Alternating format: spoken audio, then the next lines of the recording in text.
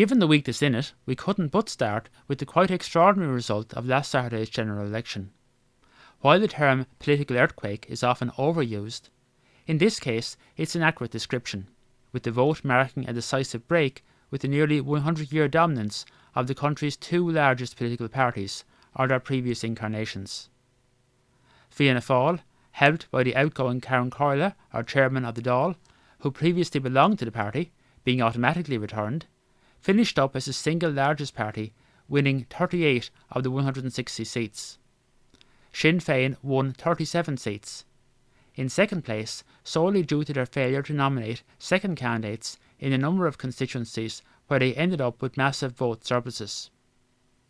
The main party in the outgoing government, Fine Gael, ended up in third place with 35 seats. In terms of share of the popular vote though, Sinn Féin took first place with 24.5% support, followed by Fianna Fáil on 22.2% and Fine Gael on 20.9%. What these results will ultimately mean for government formation remains an imponderable, with the first order of business appearing to be for Sinn Féin, claiming the popular mandate, going through the motions of attempting to put together a coalition with other left-leaning parties and independents. Should that fail, or not be facilitated by the abstention of at least one of the other two major parties, the next most likely scenarios looks to be either a second election in short order, or some government arrangement involving Fianna Fáil and Sinn Féin, probably also including the Green Party. The latter, though, would represent a massive loss of face for Micheál Martin, and would likely face considerable internal opposition, especially from many of the party's Dublin-based TDs. Ultimately, we could be back to the scenario of Fianna Fáil and Fine Gael working together, whether in a reverse confidence and supply arrangement or a formal coalition, in which they'd also likely be joined by the Green Party. So, looking back for a moment, what's my take on the outcome? I had expected Fine Gael to lose this election.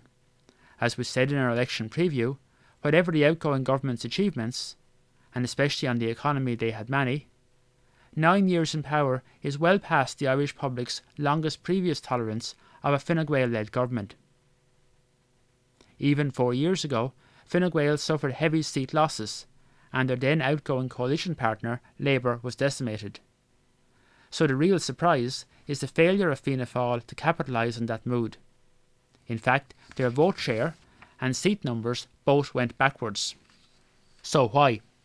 I suspect, even more than the confidence and supply arrangement, it was because that for many voters who wanted the government out, it was still just too soon to forgive Fianna Fáil for the economic collapse during the Brian Cowan-led government.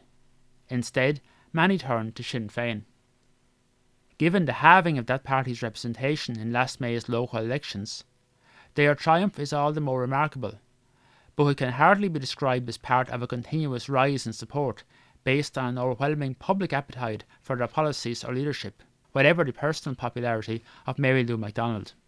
They are helped by the after effects of the economic collapse, in having a willing audience for their politics, of having someone to blame for every ill, and the public chequebook at hand to fix every problem.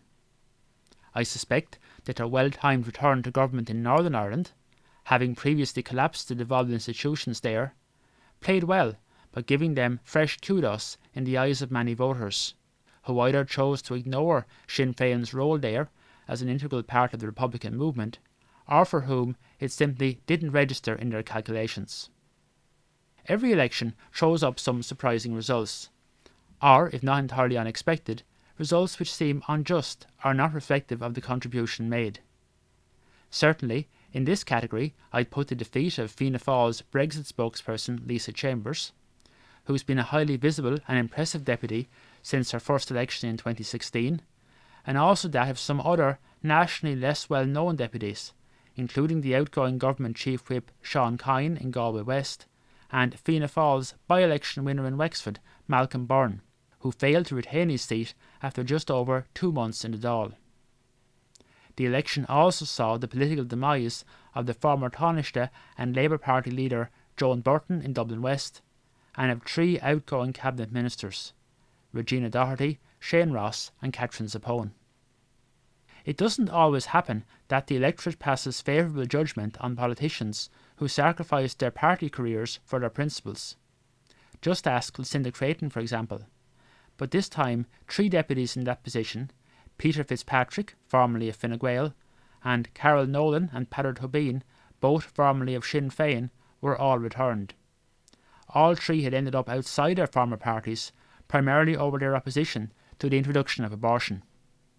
Of the smaller parties, outside of what are now the Big Three, the Greens did remarkably well to win 12 seats, up from just 2 in 2016, and in particular, one of the newer kids on the block, the Social Democrats, will be thrilled with their rise from 3 seats, which was down to just 2 at the dissolution, up to 6.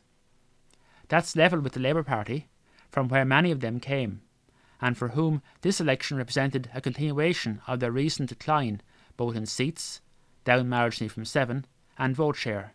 They may take some comfort for the future though, in a return to the Dáil after an absence of 4 years, of impressive performers like Jed Nash and Éoin O'Riordan. Both, along with Tipperary's Alan Kelly, are likely to feature in the contest to succeed Brendan Howlin, who has announced he's standing down as the party's leader. It will be fascinating to see how the new constellation of political forces all works out, beginning with the convening of the 33rd Dáil on February the 20th. Whatever happens in the short term, my own guess is that the new arrangement won't last for very long. Fianna Fáil were not rewarded by the electorate, in fact quite the reverse, for their forbearance over the past 4 years. It's a lesson they are unlikely to need to be taught twice, and one which other parties will not have missed.